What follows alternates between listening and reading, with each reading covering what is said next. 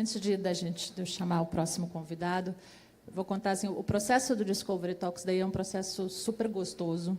Na verdade, a gente aprofunda durante 3 meses a temática que a gente decide estudar. A gente tem um núcleo principal desse estudo, e depois a gente brinca lá dentro da Discovery, a gente monta uma bolha, ninguém entende porque a gente chama de bolha, mas é gostoso.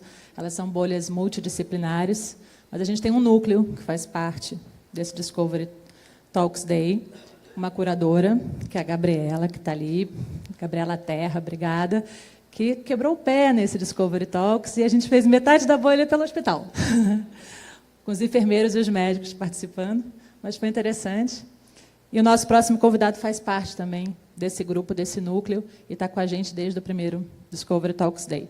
Então, para falar um pouquinho sobre a lenta, porém tangível transformação do masculino, né, chama ao palco Miguel Joste, antropólogo, professor da PUC-Rio e consultor de tendências e comportamento.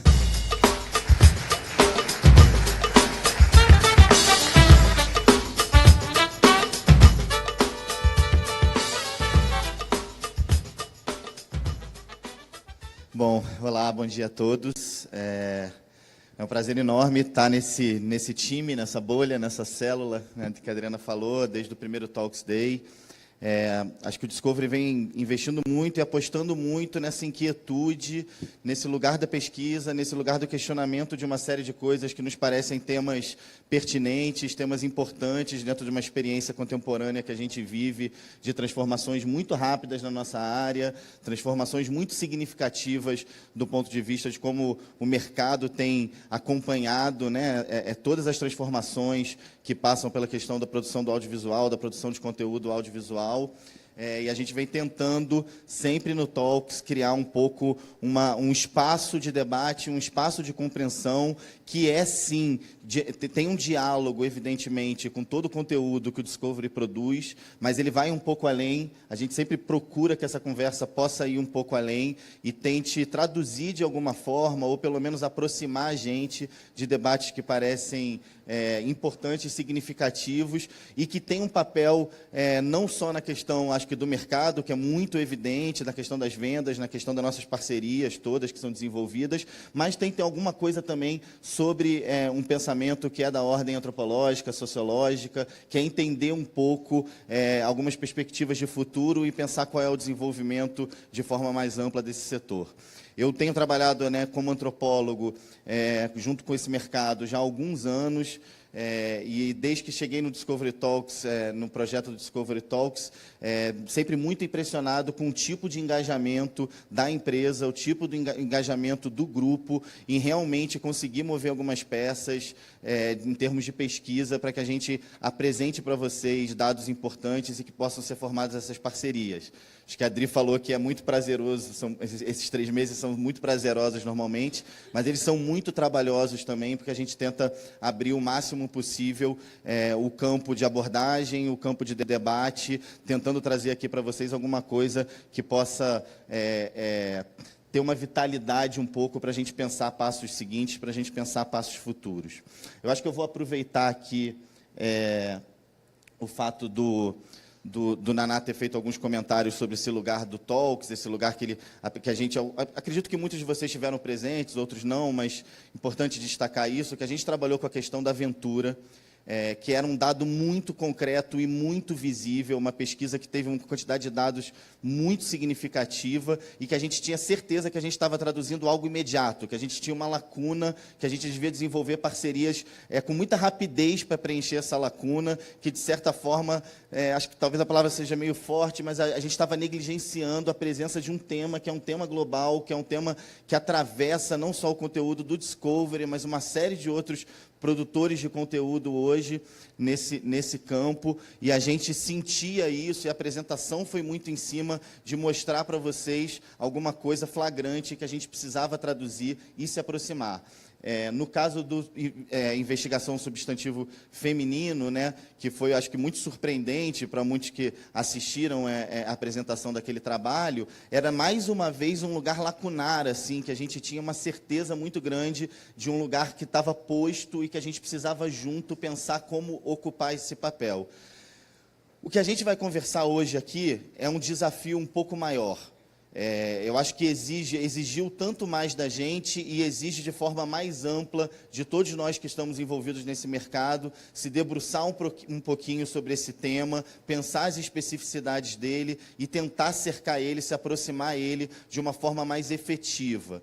A gente percebe que essas questões da masculinidade, a questão desse homem que é contemporâneo, que se transformou radicalmente, ela já dá indícios muito fortes de uma compreensão do mercado disso. A gente vai ver mais tarde na apresentação do Eduardo muitas campanhas que chamaram nossa atenção para isso, algumas coisas de experiências dentro de movimentos organizados já na sociedade brasileira que têm tentado chamar atenção para isso, mas a gente não teve nenhuma dúvida de entender que a gente está falando de um trânsito, que a gente está falando de um processo, que a gente está falando de algo que está em movimento. A escolha da palavra trânsito e a forma como a gente lidou com essa palavra foi uma escolha muito atenciosa e muito elaborada para a gente trazer ela aqui hoje.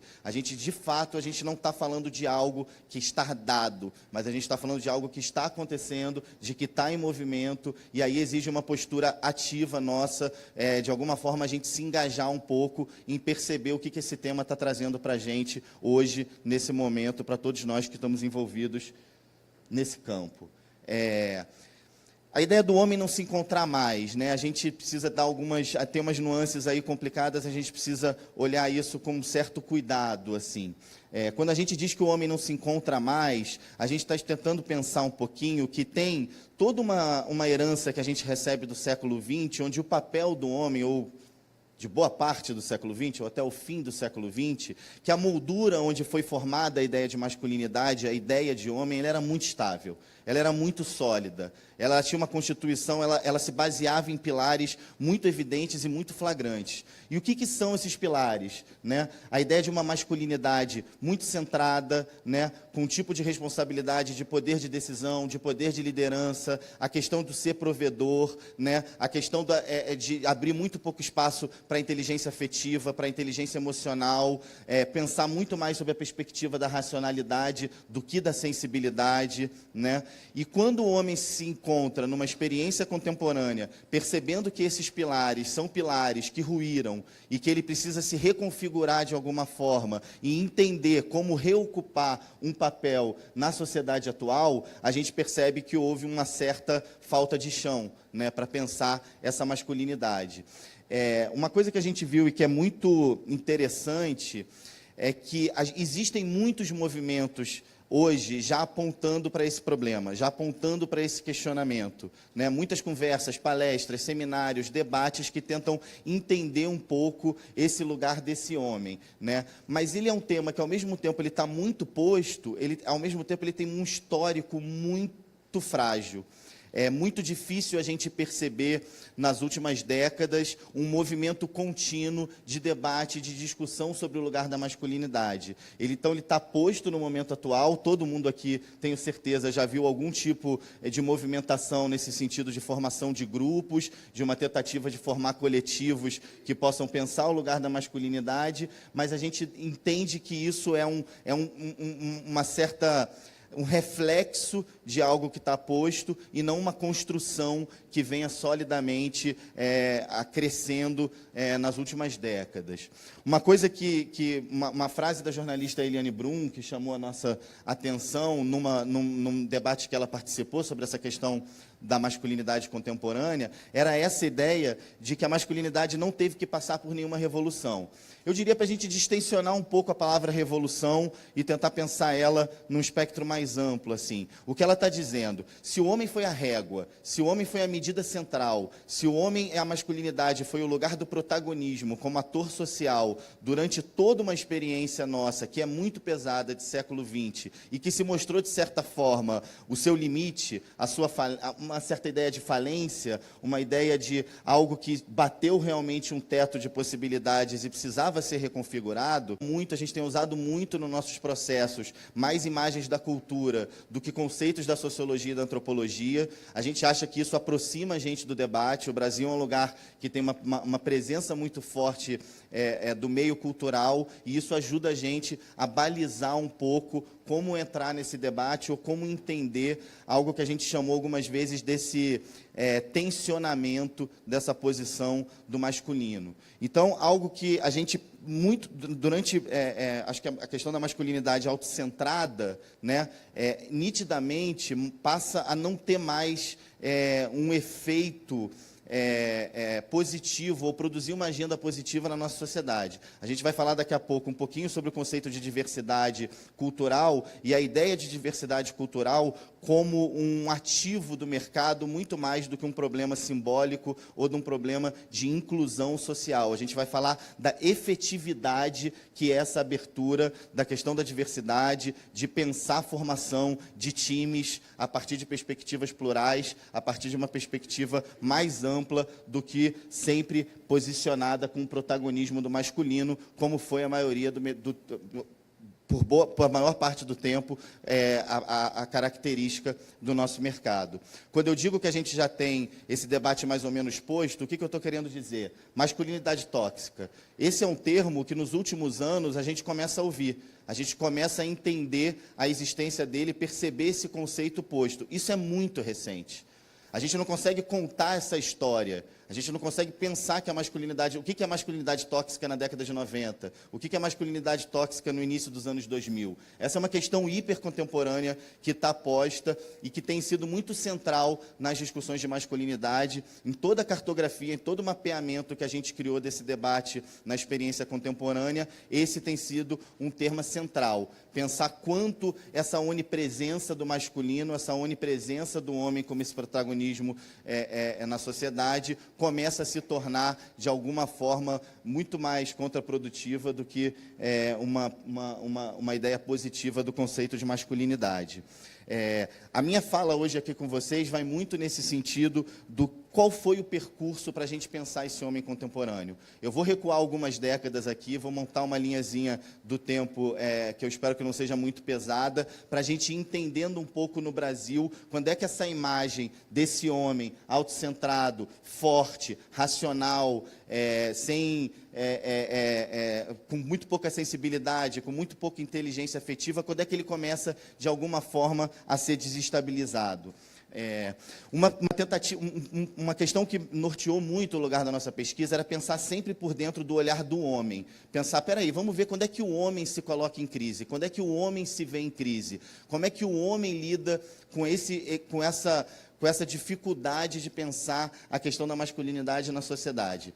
E a gente foi testando, procurando trabalhos, pesquisas, artigos, e a gente não tem como escapar de algo que a gente entendeu posteriormente porquê, de que o questionamento da masculinidade passa diretamente pela emergência de movimentos, de grupos chamados minorias, ou grupos que são minorizados pela ideia de masculinidade e que começam a reivindicar um outro tipo de protagonismo na nossa sociedade, um outro tipo de partilha nessa posição de protagonismo. Então, a ideia de que foi uma consequência dos movimentos que são externos ao masculino. É inevitável a gente pensar essa espécie de movimento que é dialético, que é um movimento de reflexo, que é o homem sendo interrogado e necessitando se colocar em questão para pensar esse novo lugar. A gente vai recuar um pouquinho nessa linha do tempo, vou tentar ser razoavelmente rápido com ela, apesar dela ter um peso histórico, e aí a gente vai para os anos 60, onde a gente entendeu ao longo do nosso processo que é talvez um ponto de partida para a gente pensar a desestabilização dessa imagem do masculino tão forte que a gente herdou do século XX. Inevitavelmente, a imagem simbólica do maio de 68, do famoso maio de 68, que eclode na França e depois vai reverberar de maneiras diferentes em vários países da Europa, nos Estados Unidos, em alguns países da América do Sul, como um momento de convergência, onde diversas lutas de grupos minorizados, das chamadas minorias, começam a se organizar de alguma forma e reivindicar que essa sociedade que é masculina, e aí também tem algo em jogo aqui, que não é só a questão do gênero, mas a questão da racialidade também, a questão de classe de alguma forma, a questão de valores morais, de valores conservadores, tudo isso começa a ser desestabilizado por um movimento que pede liberdade, que pede um papel para o jovem, que pede um papel para a mulher, que pede um papel para a questão do negro, que começa a pensar a sociedade a partir de uma outra perspectiva. A gente tem, evidentemente, um movimento feminista como vanguarda, não é novidade que o movimento feminista seja vanguarda quando a gente vê todas as movimentações da sociedade brasileira hoje. Isso já está posto em 68, o movimento feminista tem um papel decisivo nessa experiência, que é uma experiência tão significativa.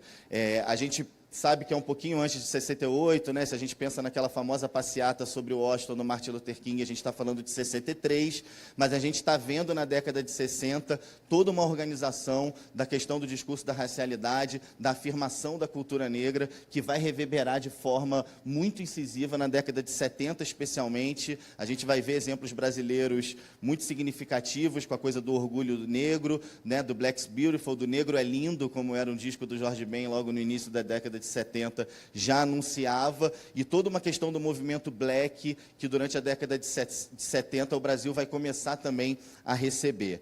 E o movimento das relações homoeróticas homoafetivas, que também nesse momento começa a reivindicar um outro tipo de papel social. Aí a gente sempre lembra São Francisco, que talvez tenha se tornado uma meca dessa discussão. O filme Milk trouxe para as telas do cinema de forma mais, de uma tradução mais contemporânea, todo o que foi esse debate nos Estados Unidos, mas a gente consegue aí ter uma cartografia nossa mais ou menos razoável de um momento que a gente começa a apontar, né, para a reta final da segunda metade do século XX, e tudo isso que a gente vai dizer um pouco como reflexo do mundo hoje já está sendo tensionado, mesmo que numa escala ainda não poderosa o suficiente para produzir todas as modificações desejadas, né? E aí a gente pensa que o Brasil também é um país que vai receber esse tipo de movimento, receber esse tipo de experiência que exige liberdade, que quer transgredir com certos valores conservadores, e talvez um dos símbolos mais evidentes para a gente, que a gente traz aqui dessa história cultural, é a forma como o tropicalismo se colocou no quadro da sociedade brasileira, da cultura brasileira. Vou chamar a atenção rapidamente para alguns dados aqui do que o tropicalismo tensiona na nossa sociedade e de alguma forma desestabiliza, né?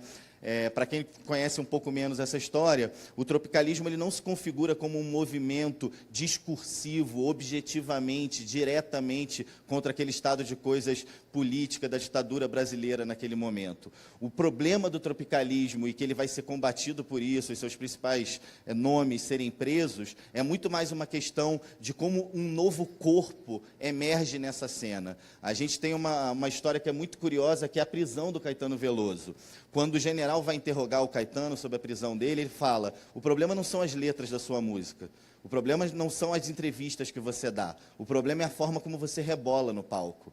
O problema são as roupas que você usa. Você acha que a família brasileira pode ver um homem rebolando com roupa de mulher, com gestual feminino, na TV dele, no horário nobre, na hora do seu jantar em família? É contra isso que a gente está aqui falando.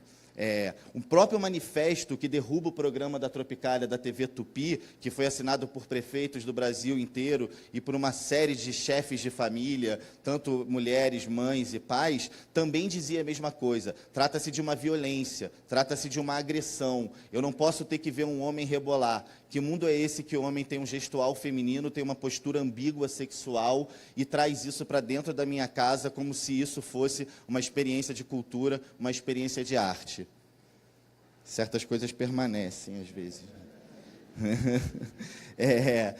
Então, a gente entra nos anos 70 com um caldeirão fervendo, né? Com uma panela de pressão um pouco querendo explodir, né? E o Brasil vai ter um papel especial na América Latina nesse sentido, de uma emergência de uma ideia de contracultura, né? De uma cultura que se coloca contra o establishment. E aí, nesse momento, ele está, evidentemente, questionando quem são os atores centrais dessa sociedade, quem são os protagonistas, e, evidentemente, a ideia de masculinidade vai ser questionada. A gente está falando em contracultura, eu nem vou dar todos os exemplos aqui que a gente levantou, que a gente olhou trabalhos, que a gente pensou que poderiam contribuir para a gente, porque não daria tempo, mas vai de Dizzy Croquettes, que é algo menos conhecido, mas teve um documentário recente genial, que era um grupo de performance, teatro, música, que realmente criou um tipo de experiência na cultura brasileira totalmente nova e transgressora. A gente tem experiências como do Novos Baianos, que tinha uma criação de filhos coletiva, morando junto num sítio, mudando a própria ideia de paternidade, de configuração familiar. E talvez um dos nomes que mais chame atenção, e aí a gente fez questão de trazer, é o do Ney Matogrosso, né? Especialmente com Secos e Molhados, né? A figura do Ney Matogrosso, que curiosamente era amado e desejado pelo público feminino de uma forma louca, assim, havia um impacto enorme da presença do Ney no público feminino, e ao mesmo tempo era alguém que tirava a masculinidade totalmente, né, da caixinha que ela estava inserida até então, né? Aí a gente vai já tentando aproximar um pouco aqui, né, do que é a nossa conversa, do que é o nosso interesse de estar aqui com vocês, trazendo pesquisa, pensando junto, já vendo que a própria publicidade já percebe esse tipo de movimento, e ela, de alguma forma, é vanguarda na postura de atualizar isso e traduzir isso para uma experiência mais próxima do mercado. A gente vai ver uma propaganda aqui, a qualidade de áudio não é boa, a qualidade dela de imagem não é tão boa, mas a gente achou muito significativo como a Pepsi, muito rapidamente, ainda no início dos anos 70, percebe essa nova configuração de uma sociedade brasileira e tenta encontrar uma forma de se comunicar com ela.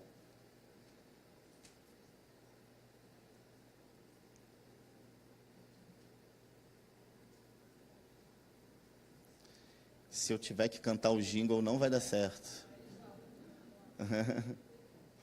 Você quer que eu volte? Tá. É uma propaganda da Pepsi, a gente vai ver aqui, mas é impressionante a tentativa dela de capturar esse lugar da contracultura, esse lugar um pouco do movimento hippie, esse lugar do cabeludo, do jovem, né, que se colocava num outro posicionamento. Vamos lá que vai dar certo agora.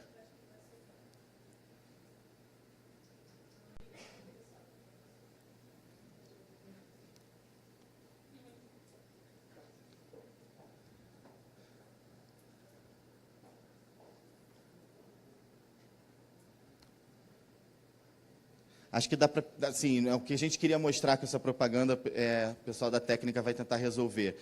O mercado já reagindo, já querendo traduzir. E a gente está falando de uma sociedade brasileira conservadora, fechada, que havia abaixo-assinados para tirar os cabeludos 3, 4 anos antes do surgimento dessa propaganda, e, de repente, uma marca já entende que isso também se trata de uma mudança de comportamento, de uma tendência de comportamento, e tenta buscar alguma forma de comunicação com esse jovem. A letra... Agora eu não vou cantar, mas eu vou dizer para vocês, todo o refrão dela é baseado em só tem amor quem tem amor para dar. Né? Então é toda uma ideia de amor. Opa! Hoje existe tanta gente. Agora vai? Vamos lá. Hoje existe tanta gente que quer nos modificar. Não quer ver nosso cabelo assanhado com jeito. Nem quer ver a nossa calça desbotada. Não quer que se o amigo está nessa outra vez. Não tá com nada. Só tem amor quem tem amor pra dar. Quem tudo quer do mundo, sozinho acabará. Só tem amor quem tem amor pra dar. Só o sabor de Pepsi que mostra o que é amar. Só tem amor quem tem amor pra dar. Só o sabor de Pepsi que mostra o que é amar. Só tem amor quem tem amor pra dar. Nós escolhemos Pepsi e ninguém vai nos mudar. Quem tem amor pra dar. Nós escolhemos Pepsi e ninguém vai nos mudar. Para surpresa de vocês, eu acabei de ver que teve uma pessoa que cantou a música inteira de cor aqui na primeira fila. Se chama Marcelo Tais e ele vai ter que responder sobre isso no painel. Como é que ele tem essa música gravada na cabeça? Talvez seja Zé Rodrigues, eu não sei, que foi um gênio da publicidade, mas parece muitas coisas que o Zé Rodrigues fazia na época, né? Essa aqui não é tanto do nosso objeto, mas foi irresistível quando a gente encontrou. Para ouvir canções de protesto contra a sociedade de consumo, nada melhor do que um Gradiente financiado em 24 meses. Mas aqui já tem uma figura, ó, muito distinta, tá? De alguma forma está próximo do que a gente está falando. Então, o mercado também ali vai percebendo um pouco que existe uma novidade e existe essa demanda por se colocar também nessa vanguarda e tentar acompanhar esse tipo de movimento. Aqui o Dancing Days, a protagonista é uma mulher, não estamos falando exatamente de um lugar de masculinidade, mas é uma transformação importante de como algo que ainda está num ambiente chamado contracultura, no final da década, vai estar não só na publicidade, mas vai estar numa novela de enorme sucesso, com uma personagem protagonista feminista feminina divorciada, que tinha uma ideia de amor livre, e todo esse universo de uma cultura de desestabilização do establishment já está na novela, e isso sendo afirmado como um lugar de cultura de massa, de cultura mais ampla. A gente falou um pouquinho de história cultural. Nos anos 70 é muito rico, mas não teve como escapar dessa questão que é mais, digamos, de uma ordem sociológica, porque isso vai ter uma modificação que a gente tem que ter no nosso radar, que é uma reconfiguração da ideia de família e de lar no Brasil. A partir daí, o número de lares chefiados por mulheres aumenta muito. E isso vai ser muito significativo para gerações seguintes de homens que vão ter toda uma ideia de mulher como líder do lar, como provedora, toda uma reconstrução, muitas coisas que eram aferidas à ideia de masculinidade passam nesse momento a ser divididas e a ser rebalanceadas na nossa experiência da sociedade brasileira. Vocês imaginam que o divórcio é uma lei de 1977, né? Nos anos 80, a gente vai passar um pouquinho mais rápido, a gente entende que toda a herança da década de 70 já coloca o homem nos anos 80 precisando entender o que foi ampliar o seu repertório, né? O homem já não podia mais viver como a geração viveu até os anos 50, com aquela estrutura familiar tradicional do século XX que a gente conhece. Ele vai incorporar outros repertórios, ele vai começar a entender que a masculinidade não é uma imagem só, não é uma coisa fechada, e aí vão ter tanto nomes na cultura, como o Prince, evidentemente, tem essa postura ambígua que eu falava, provocadora. Bom, Cazuza, no caso brasileiro, é decisivo para questionar isso, questionar toda uma ideia dele, está nas letras, está no comportamento dele, está nas entrevistas, né? Cazuza era realmente muito ativo em repensar esse lugar, e depois toda a história da doença dele, a importância social que a forma como ele lidou com a doença dele, acaba tendo e reverberando na cultura brasileira. Se a gente vai um pouquinho para fora da cultura de novo, a gente vai ver que nos anos 80 essa questão está tão já, de alguma forma, mapeada, que as universidades, primeiro norte-americanas e depois uma série de grandes universidades europeias, começam a ter núcleos de estudos de gênero e comportamento sexual. Teorias feministas, teoria queer, e por incrível que pareça, a gente vai encontrar nesse momento o surgimento, em universidades importantes dos Estados Unidos, de núcleos de estudos sobre o homem, de men's studies. Então, provavelmente, aí o primeiro sinal que a gente vê, não é no Brasil, da formação de grupos interdisciplinares, com vozes diversas, que tentam pensar como é que a gente vai criar essa ideia de um novo homem, ou posicionar esse homem dentro de uma experiência contemporânea. Anos 80 e anos 90, de alguma forma, se aproximam, mas nos parece, ao longo de toda a pesquisa, ficou muito claro para a gente, que é uma geração de homens que chega na vida adulta, na década de 90, que começa a ter que enfrentar uma equação muito difícil de lidar, que é o que o meu avô construiu, o que o meu pai usufruiu, eu não vou ter na mesma proporção. Eu não vou ser esse protagonista que nas gerações anteriores o meu pai pode ser, o meu avô pode ser, e como ator dentro da sociedade, se colocar num lugar de uma autoridade de provedor, numa autoridade moral, numa autoridade de transmissão de valores. Então é um primeiro momento que o homem se percebe, bom, é isso, né? Aquele homem ficou para trás, eu como um adulto agora tenho que me reinventar, porque o que eu tive como régua, o que eu tive como exemplo, já não produz mais o sentido que produzia até então, né? O que isso vai gerar? Uma redução de um horizonte de expectativas. O homem não vai ter mais a condição de se ver, de se perceber, de ambicionar que ele vai resolver todos os problemas, que ele vai ocupar esse papel. Isso é muito bom. A gente vai ver ao longo da manhã de hoje que, na verdade, isso é um movimento muito saudável, que tem ajudado muito a nossa sociedade a se complexificar e, de alguma forma, desenvolver. Aqui teve o dado mais importante para a gente, para trazer essa conversa aqui. quando a gente fala da diversidade como valor, a gente não está falando mais, a partir principalmente de meados dos anos 90, de uma ideia da diversidade, como eu disse, como capital simbólico. Não é uma questão de inclusão social. Esse é um dado muito recente de pesquisa. E não há mais nenhuma dúvida sobre isso. São inúmeras pesquisas. Essa não é a única que a gente viu. Isso está posto no mundo de hoje como uma realidade concreta. Empresas que têm mais diversidade étnica, mais diversidade de gênero, nos seus conselhos administrativos, nos seus conselhos diretores, nos seus quadros gestores, nos seus quadros de funcionários, performatizam melhor, performam melhor, atingem melhores resultados, são capazes de posicionar a marca de forma a valorizar esse posicionamento da marca, são capazes de gerar mais lucros, são capazes de ser mais competitivas.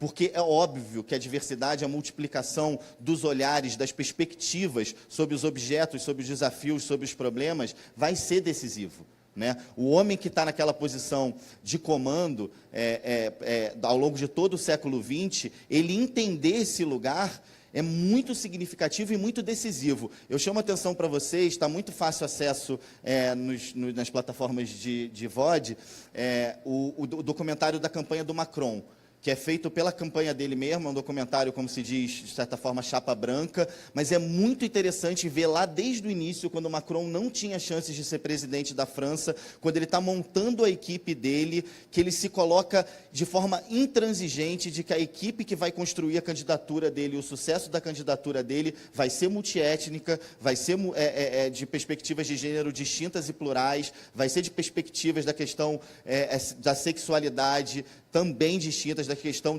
dos migrantes, das nacionalidades que eles trazem, dos pontos de vista que eles trazem como migrantes para dentro da campanha, e ao longo do filme a gente vai percebendo de forma muito efetiva e evidente que o sucesso da campanha do Macron passa pela compreensão da diversidade como um valor ativo e não como um problema simbólico. A chefe da campanha é muito claramente escolhida para representar esse outro. Ela é jovem, ela é negra, ela é gay, e ela traz para aquela campanha de um presidente branco, heterossexual, tipicamente francês e bem informado, tudo de diversidade e de contraposição, de contrapalavra que ele precisava ali. Ele joga muita luz sobre isso, o documentário joga muita luz sobre isso, então isso está na política, isso está nas empresas, isso está muito claramente nas universidades. Todas as pesquisas das universidades americanas, isso eu falo com muita propriedade, eu sou um professor universitário, mostram que a partir das políticas afirmativas e compensatórias dos anos 80 e 90,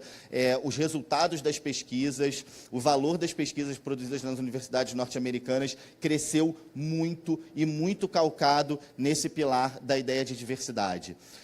Se a gente chama atenção para mais um fator sociológico dessa questão, é interessante a gente lembrar um pouquinho o que eram os diagnósticos relacionados ao processo de globalização no final da década de 90. Né? Isso foi importante para a gente entender também o que a gente vai fazer agora, que é entrar nesse lugar do homem contemporâneo. A ideia de que a globalização ia gerar uma homogeneização do consumo, do comportamento, de que todo mundo se vestiria igual, de que todo mundo assistiria os mesmos filmes, de que todo mundo comeria igual, é um diagnóstico que não funcionou. E esse era um diagnóstico tanto de quem elogiava, quanto de quem criticava a globalização.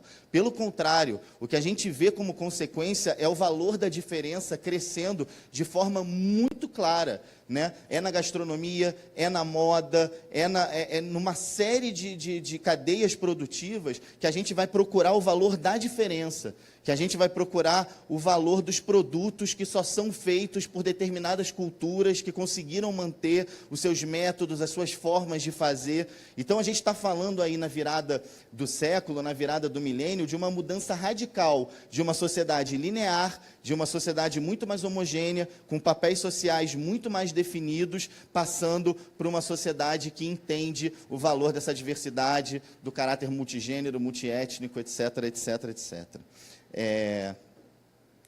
Eu falei de gastronomia, eu falei de moda, a gente já começa a ver aí algo que é muito importante e faz parte da nossa produção de conteúdo, faz parte do nosso posicionamento, que é um lugar do homem, onde o homem não tem mais essa moldura do engenheiro, do médico, do advogado. É incrível como no início dos anos 2000, especialmente no caso brasileiro, a gente vê uma mudança importante no lugar da escolha profissional, do perfil de profissionalização, e isso não é feito sem certas tensões, né? A gente viu aí, a gente acompanhou, foi atrás de entrevistas de chefes que abriram esse caminho, de decoradores que abriram esse caminho, de estilistas que abriram esse caminho, e é quase que unânime as dificuldades de todas dentro dos seus núcleos familiares, dentro dos seus núcleos sociais, em fazer essa escolha profissional. Se hoje é muito mais fácil para um jovem ir estudar gastronomia, ser um chefe de cozinha, ir trabalhar com decoração, ir trabalhar com moda, há muito pouco tempo atrás isso não acontecia. E, obviamente, isso vai reverberar em tudo que a gente importa mais para a gente aqui, que é pensar no consumo, né, desse produto audiovisual, desse conteúdo audiovisual, né? Um outro tema que eu vou lidar muito rapidamente, porque a gente vai trazer dados muito importantes aqui, é uma virada também na questão do homem e do cuidado dele com a saúde, né? O século XX é muito cruel com a saúde do homem, né? O homem não pode sentir dor, o homem não pode se cuidar, o homem não pode ter fraqueza, e isso não só do ponto de vista mais clínico, digamos, mas do ponto de vista da saúde emocional é muito mais radical, né? O homem, e a questão do divã do terapeuta para o homem, da psicanálise para o homem, eram enormes tabus até o final do século passado, né? O homem não era esse ator social que se permitia esse tipo de pedido de ajuda, esse tipo de pedido de cuidado, né? Esse lugar e esse olhar para a saúde. E a gente vai ver dados que são dados muito flagrantes e que colocam esse problema da masculinidade, quando a gente vai ver a questão do suicídio dividido pela questão de gênero, e é radical e muito duro os números que surgem. Logo mais a gente vai ver eles na próxima apresentação.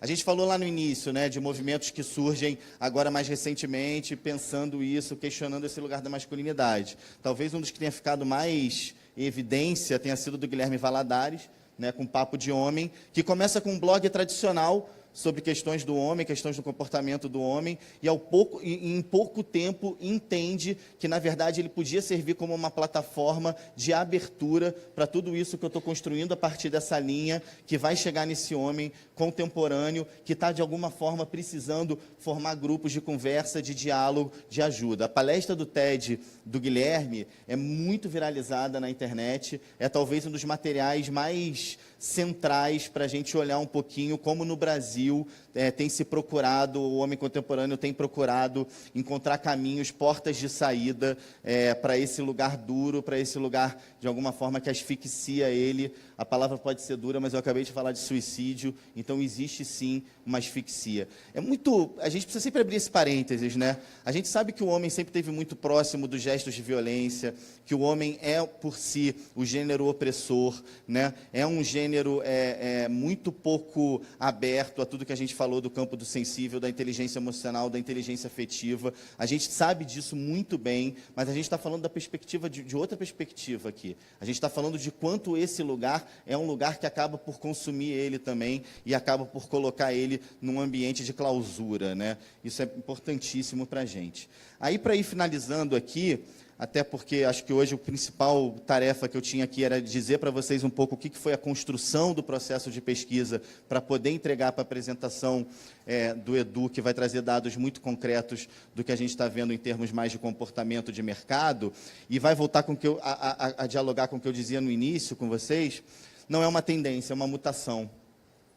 A gente está muito já treinado, e eu que trabalho há tanto tempo com antropologia e consumo, a pensar tendência, a cercar a tendência, entender até onde ela vai, entender quais são as possibilidades, entender o que ela abarca e trabalhar em cima desse dado mais concreto. Aqui a gente está falando de algo mais perene, algo mais permanente do ponto de vista do nosso desenvolvimento como sociedade.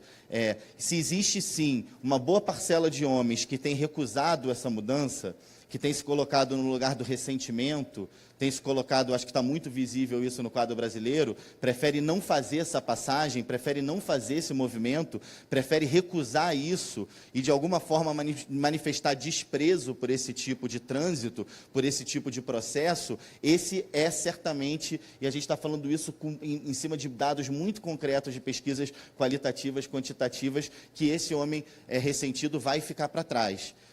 Ocorre uma mutação, quem se relaciona aqui com gerações mais jovens percebe nitidamente uma transformação na formação da subjetividade masculina, isso está acontecendo, mas isso não é um dado resolvido, isso não está entregue. Por que eu estou falando nesse lugar disso não está entregue, isso não está tão posto, né, ainda? Porque nos parece, e diversas vezes a gente se debruçou sobre essa conversa, que tanto quem está da parte do planejamento, quem está na área de comunicação, quem está na área de publicidade, quem está na área de conteúdo, que mais uma vez, não é a primeira, a publicidade brasileira várias vezes foi vanguarda num posicionamento em relação a tendências e comportamento, parece para a gente que, mais uma vez, há um convite a todos nós de colaborarmos e ajudarmos com um processo que está acontecendo.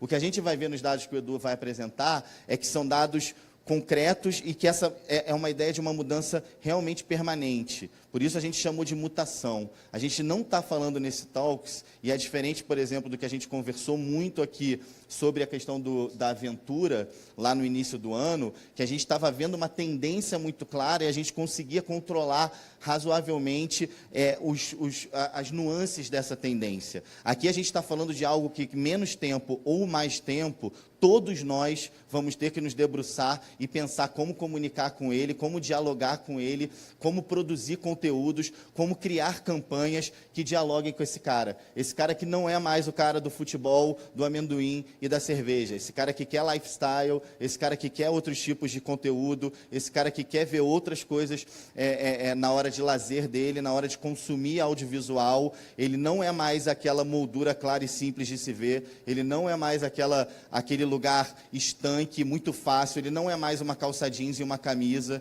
que veste qualquer roupa. A gente vai ver muito isso na apresentação do Edu. Isso está acontecendo. O que nos parece aqui, né, como conclusão da minha fala aqui nesse Talks, a gente tem algo posto, algo que é muito tangível, que é um homem que não se enquadra mais nos estereótipos, nos arquétipos, no clichê que a gente tinha ao olhar para ele, recebendo aquela imagem que talvez tenha sido das gerações do pai dele, dos avós dele, e que no século XX foi a imagem desse protagonista, desse homem no comando. Isso acabou, o mundo é um mundo da diversidade como valor, é da pluralidade, é da fragmentação das subjetividades, né? Não existe mais esses targets definidos, né? Então a gente está falando de algo que é algo que a gente em menos tempo ou em mais tempo, todos nós vamos ter que entrar nessa conversa, vamos ter que encontrar esse cara e vai ser muito bom para a gente. E aí tem um outro lado, e não é à toa que a publicidade sempre foi importante no desenvolvimento da sociedade brasileira. A gente precisa ajudar ele um pouco. Porque, como a gente vai ver na próxima apresentação, o processo dele de saída dessa moldura para esse novo lugar não está sendo fácil. Não está sendo nem um pouco fácil, e por isso tanto ressentimento a gente vê em alguns casos daqueles que não conseguem sair ou escolhem e preferem não sair. Então, essa tentativa do homem de sair desse lugar, ela conta muito que outros agentes importantes da sociedade, aí está a comunicação, aí está o conteúdo, aí está a publicidade, ajudem ele de alguma forma a criar âncoras, a criar pontos de apoio, a criar novos pilares, que ele possa se colocar como esse novo sujeito, como esse novo homem, como esse homem contemporâneo que dispensa o papel do macho tradicional, como a gente sempre teve nas nossas cabeças.